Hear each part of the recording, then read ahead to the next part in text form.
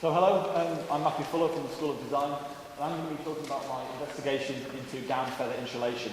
I've called this talk Keeping Mountaineers Alive, and hopefully that will become clear. So what am I going to cover today?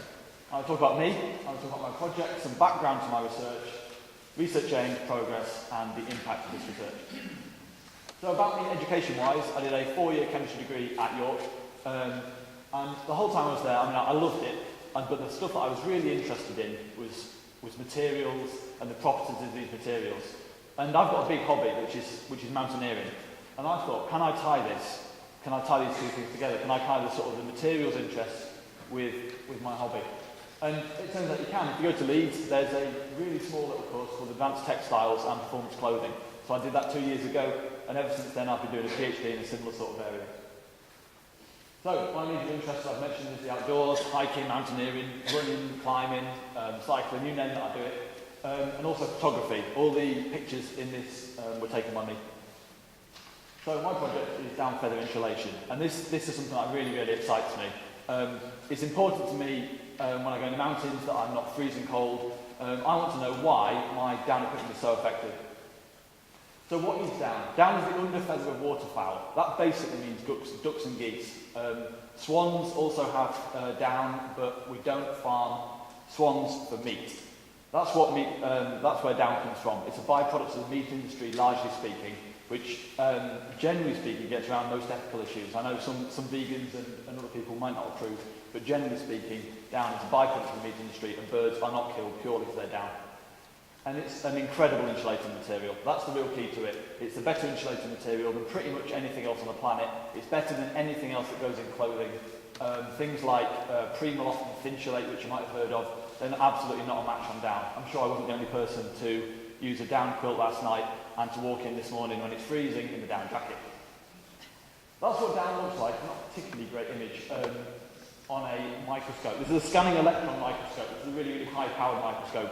The scale bar is 200 microns. Human hair is 150 microns, approximately. So this is really fine stuff. And unlike a normal feather, which is, like this, and it's got a two-dimensional symmetry, this has got like a spherical symmetry, so it's almost like a globe. It's totally a different sort of thing. And you can see there's big fibres coming off it, there's little fibres coming off it, and it's this mixture of big and thin fibres that makes a real difference to it. It's really amazing stuff. Every part of it, the more you look at it, the more impressive it is. It's been designed by nature to be the best thing at insulating, and it does a pretty good job. So why do I want to look at down? There's a potential for fundamental research. What is so staggering about this material is that there's very little research being done on it. We're talking like 30 papers out there. There is such little available on it. And yet, it's the best thing around. So why haven't people tried to copy it in great detail? Some people have done a little bit of research, but the real fundamentals are still there to be done. It's used by millions of people worldwide. There's two big industries. The bedding industry obviously affects pretty much everybody globally, and the other one is the outdoor industry, which is a massive industry. It's not, 10 guys in a shed making sleeping bags. There's a possibility for new applications. Down is really good at insulating because it traps air. If it can trap air, then it can be used as filters. This is something that I discussed with an academic recently, and they were really impressed with this idea that you can make biodegradable filters from feathers. And it's a real interest to me, which I think is quite important. If you're in the lab every day, you've got to find it interesting. It's also got some really big, unresolved limitations. The biggest one is that top one. It's got poor performance when it's wet. In the UK, if you wander down with a down jacket and it starts to chuck it down, what's going to happen to your down? It's not going to be very, very happy. People say that it turns to porridge. It doesn't turn to porridge, it doesn't turn to any breakfast cereal, but its performance significantly decreases. It's also quite expensive. The animals have to be bred. That's not cheap. There's problems with identification, actually, as well. Goose and duck down are quite different performance. Goose down is far superior, but it's also far more expensive. Yet, if you look at them with untrained eye, they look the same. So people sell duck down as goose down to make money.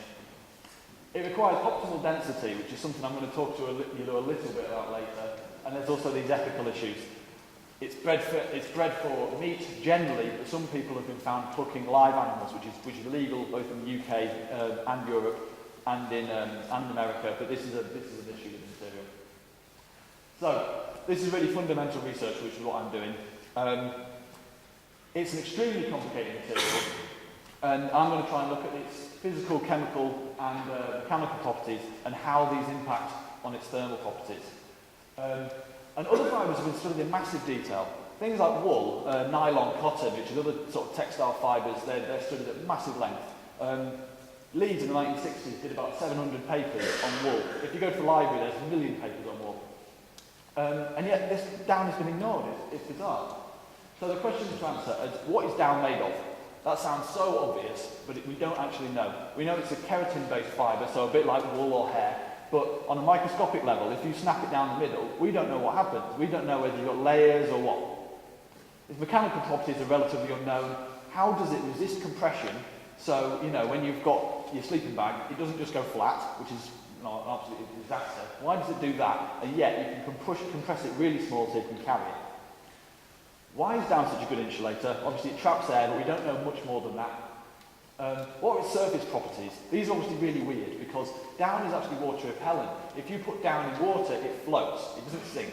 Yet, if it gets completely soaked, it's ruined. So what's going on there? We don't know. Can the limitations be overcome? There's some chemicals at the moment that are trying to coat down that stop it getting wet when it rains. And can synthetic mimics be made? One company's been making a synthetic mimic for down for about 20 years. It's the best thing on the market. It's rubbish. So, progress so far with this. Most of last year I worked with 2 industrial partners.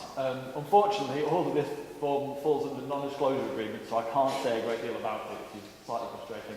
But we did a really, really scientific approach to sleeping bag design. Basically, if you want a sleeping bag to go up Everest, you want it to be heavier. Well, you don't want it to be heavier, but inevitably it is. You put more down in. You want it to be warmer, you put more down in still. And you get a sleeping bag this big, and, you know, it's warm enough. But there's a much more scientific approach, and we looked at that, trying this optimal density that I mentioned earlier. We tried to find out the optimal density for down, which would not only create a sleeping bag that was the warmest for the minimum possible weight, but also predict how warm it would be. We also did some work with a company looking at water repellent treatments for down. We compared lots of different commercially available treatments, and in a really sort of scientific way, which is relatively unusual for this industry with very small research budget, we worked out which one was good, which ones were bad. We found that all of them have got massive limitations. One of the problems is that we don't know what the chemicals are trying to attach to, and that again is a surface chemistry thing which I need to look at.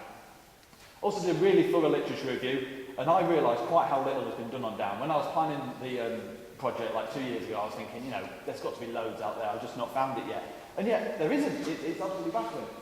And there's a time for this research to be published, the literature review.